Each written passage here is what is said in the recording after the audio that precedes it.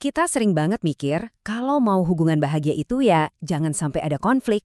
Tapi, gimana kalau saya bilang pemikiran itu keliru banget?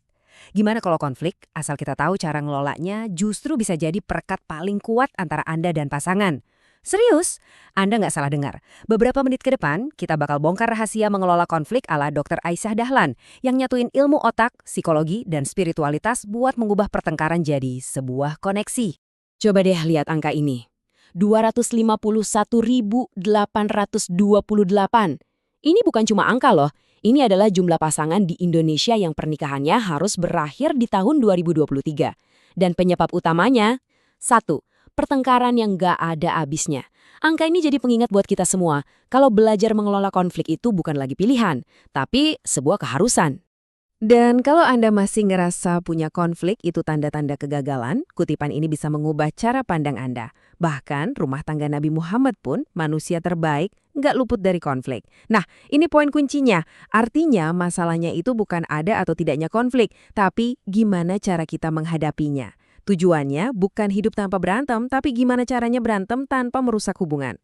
Oke, jadi dari mana sih sebetulnya percikan api itu datang? Buat bisa memadamkannya, kita harus gali lebih dalam, sampai ke akarnya.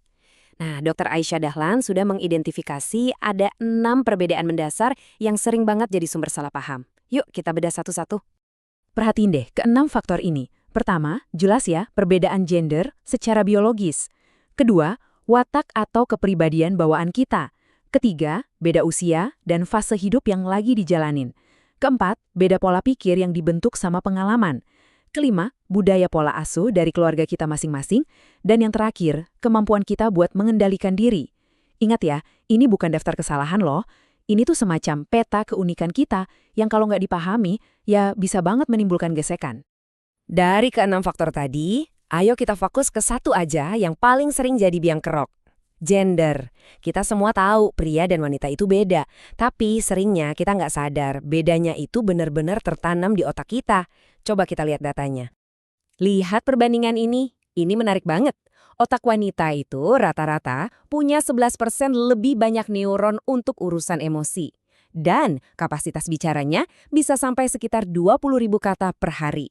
Sekarang bandingin sama pria yang pusat agresinya lebih besar dan kapasitas bicaranya cuma sekitar 7.000 kata. Ini bukan berarti yang satu lebih baik dari yang lainnya, sama sekali bukan. Ini artinya baterai ngobrol kita itu beda kapasitasnya. Jadi wajar banget kan kalau di akhir hari pas istri baru mau mulai cerita panjang lebar, baterai suami ternyata udah habis duluan. Jadi poin paling pentingnya itu ini, perbedaan ini bukan sebuah kesalahan. Tapi ini setelan pabrik biologis kita.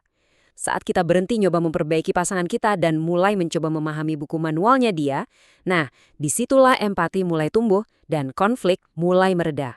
Oke, akarnya udah paham, kita memang beda. Terus apa dong yang bisa kita lakuin waktu emosi udah diubun-ubun dan rasanya otak kita kayak dibajak? Tenang, Dr. Aisyah Dahlan ngasih kita 5 resep praktis, semacam toolkit buat menenangkan badai emosi. Eits, tapi sebelum ke resepnya, kita kenalan dulu sama si pembajaknya. Secara ilmiah, ini namanya pembajakan amigdala. Coba deh bayangin, di otak kita tuh ada tombol darurat. Kalau tombol ini kepencet, semua logika langsung mati dan yang nyala cuma mode emosi penuh. Nah, itu dia momen di mana kita bisa gelap mata. 5 teknik berikut ini adalah cara buat merebut kembali kendali dari si pembajak itu. Yuk kita bedah resepnya satu-satu. Langkah pertama, tarik napas dalam. Ini bukan cuma biar tenang, tapi secara ilmiah ini ngirimin oksigen ke otak rasional kita biar online lagi. Kedua, ucapkan ta'awudz, minta perlindungan supaya kita nggak dikuasai sama emosi-emosi negatif. Ketiga, perbanyak istighfar, mohon ampun, ini bantu banget ngejernihin pikiran dari rasa benci. Keempat, ubah posisi. Ini trik fisik yang simple tapi ngaruh banget buat memutus momentum amarah. Kalau lagi berdiri, coba duduk. Dan yang kelima, yang mungkin paling susah, diam dan tawarkan sentuhan. Stop dulu kata-kata yang bisa nyakitin, dan kalau situasinya udah memungkinkan, sentuhan fisik itu bisa langsung menurunkan hormon stres. Dan ini nih, ada fakta yang keren banget. Kalau napas biasa, itu kita cuma menghirup sekitar 1 liter oksigen, dan napas dalam mungkin sekitar 3 liter. Dr. Dahlan ngejelasin, kalau kita gabungin napas dalam dengan istighfar, kita bisa menghirup sampai 5 liter oksigen. Ini tuh kayak tombol reset biologis yang super kuat buat nenangin seluruh sistem tubuh kita. Luar biasa kan? Oke, kita udah punya alatnya. Tapi kan, alat secanggih apapun nggak bakal guna kalau tujuannya salah. Dan disinilah kesalahan terbesar yang sering banget kita lakuin. Kita salah paham soal tujuan dari sebuah perdebatan dalam hubungan. Jadi dalam setiap perselisihan sama pasangan Anda, tolong ingat baik-baik. Tujuan utamanya itu bukanlah untuk nentuin siapa yang menang dan siapa yang kalah. Karena saat sebuah argumen udah berubah jadi ajang pertarungan, dua-duanya itu udah pasti kalah. Kenapa? Karena yang jadi korban ya hubungan itu sendiri. Nah, kalau tujuannya bukan menang kalah, terus apa dong? Disinilah pergeseran cara pandangnya. Seperti kata Dr. Aisyah Dahlan, kemenangan sejati itu bukan soal siapa yang argumennya paling benar, tapi siapa yang paling pertama berhasil ngendaliin emosinya. Pemenang sesungguhnya adalah orang yang berhasil menguasai dirinya sendiri, bukan yang menguasai pasangannya. Jadi, setelah semua pembahasan tadi, apa sih intisari yang bisa kita bawa pulang dan kita praktekin langsung dalam kehidupan kita sehari-hari? Yuk, kita simpulkan bareng-bareng. Konflik itu pasti ada. Itu sebuah keniscayaan. Jadi kuncinya bukan gimana caranya biar nggak ada konflik, tapi gimana cara kita melewatinya.